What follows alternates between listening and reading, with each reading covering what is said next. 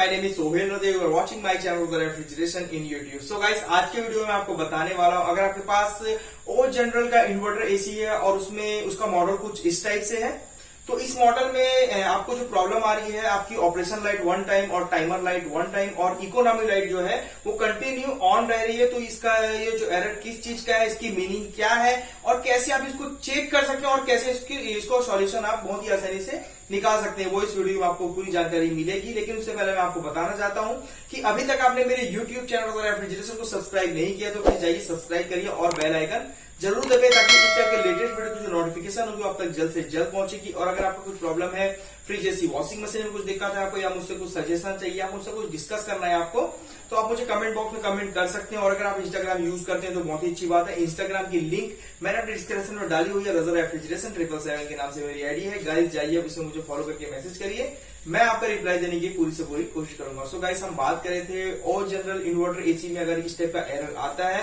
तो आपको मैं थ्योरी बताता हूं कि कैसे आप क्या क्या चेक कर सकते हैं और बहुत ही आसानी से उसको सॉल्व भी आप कर सकते हैं। तो चलिए गाइस वीडियो को शुरू करते हैं।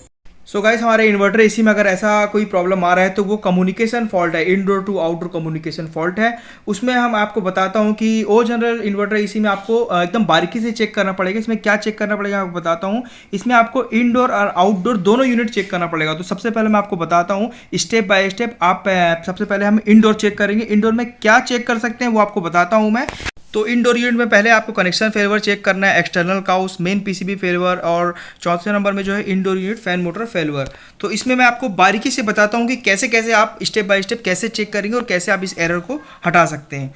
सबसे पहले आप अपने एसी के पावर को बटन को ऑफ करिए और उसके बाद आप इसको ऑन करके रीस्टार्ट करिए अपने एसी को। और अगर यही सेम प्रॉब्लम रहता है तो आप दूसरी चीज़ बताता हूँ आप इंडोर यूनिट में आप क्या चेक कर सकते हैं। दूसरी चीज़ आपको चेक ये करना है कि कहीं लूज कनेक्शन तो नहीं है आपके इनडोर टू आउटडोर वायर में। जैसे आप मान के चलिए कि जो आप इनडोर में 1 नंबर में जोड़ रहे हैं वायर, वही आपको 1 नंबर आउटडोर में भी जोड़ना है, और 2 नंबर में जो इनडोर में जोड़ रहे हैं वही 2 नंबर आपको आउटडोर में, मतलब सीरियल वाइज आपको वायर जोड़ना है। उसके बाद आपको मैं बता, और आपको मिस वायरिंग का ध्यान देना है। मिस वायरिंग आपकी नहीं होनी चाहिए, मिस वायरिंग होने में भी यही एरर आता है। तीसरी चीज़ आपको चेक करना है गाइस वोल्टेज। वोल्टेज जो है आपका 230 के आसपास आना चाहिए। अगर वो 210 आ रहा है और 250 आ रहा है तो भी इसमें कोई दिक्कत नहीं है। आपका जो है वोल्टेज कम और ज़्यादा नहीं होना चाहिए, उससे कम्युनिकेशन फॉल्ट आता है। और अगर वोल्टेज आपका सही है उसके बाद आपको जाना है अपने आउटडोर यूनिट के पास। अपने आउटडोर यूनिट के वायरिंग कवर को खोलिए और एसी वो क्लैम्प मीटर से आपको चेक करना है 3 और 2 में सप्लाई। आप इसमें स्क्रीन पे देख सकते हैं 3 और 2 मीटर से आपको सप्लाई चेक करना है। उसमें आपको 30 वोल्ट से 130 वोल्ट के बीच में आपका इसमें रेंज रहना चाहिए। और इससे ऊपर नीचे अगर वोल्ट आपका आउटडोर यूनिट का आउटपुट सप्लाई दे रहा है तो आपके पीसीबी को चेंज करना पड़ेगा। पीसीबी चेंज करने के बाद ये कम्युनिकेशन एरर हट सकता है।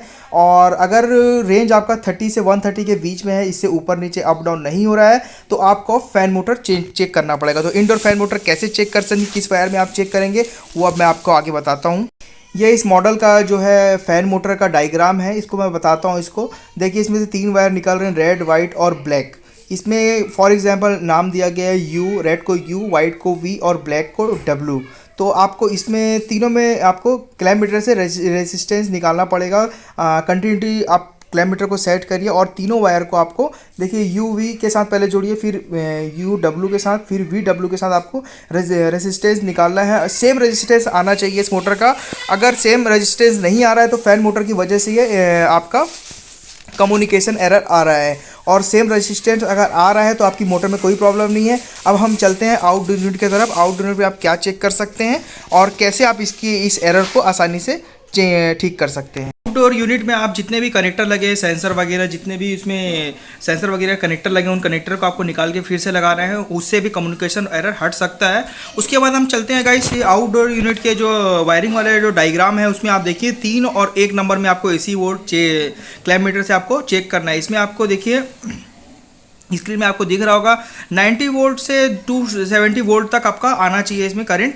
अगर इससे अप एंड डाउन हो रहा है तो आपको आउटडोर की पीसीबी चेंज करना पड़ेगा। और अगर ये नॉर्मल इसके बीच में ही आपका वोल्ट आ रहा है तो आपको फैन मोटर चेक करना पड़ेगा आउटडोर की। आउटडोर फैन मोटर कैसे चेक करना है मैं आपको बताता हूँ। देखिए, आउटडोर की फैन मोटर के पास आपको जाना पड़ेगा। इसका वो डायग्राम है, वो भी डीसी फैन मोटर है। उसमें आपको चेक ये करना है गाइज, आपको ग्राउंड चेक करना है।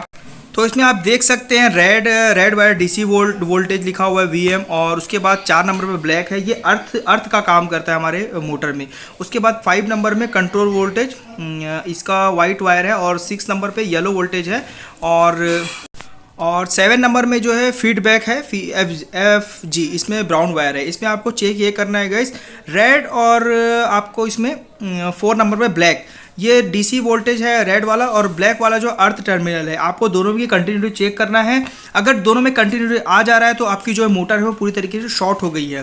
तो ये जो इसका ग्राउंड चेक करना है आपको कंटिन्यूटी से, अगर दोनों में कंटिन्यूटी बता रहा है आपको, तो आपको ये तो आपकी फ़ैन मोटर शॉर्ट हो गई है, फ़ैन मोटर शॉर्ट हो गई है, और आपका जो फ़ैन मोटर शॉर्ट होने की वजह से आपका आउटडोर का पीसीबी भी शॉर्ट हो गया है। तो आपको इस सिचुएशन में आउटडोर का मेन पीसीबी और आउटडोर की फ़ैन मोटर दोनों चेंज करना पड़ेगा। अगर ये दोनों आप चेंज कर लेते हैं तो आप जो इसमें जो कम्युनिकेशन फॉल्ट जो आ रहा है वो पूरी तरीके से हट जाएगा। सो गाइस, उम्मीद है आपको मेरा वीडियो अच्छा लगा हो, तो उसे लाइक ज़रूर कर दें।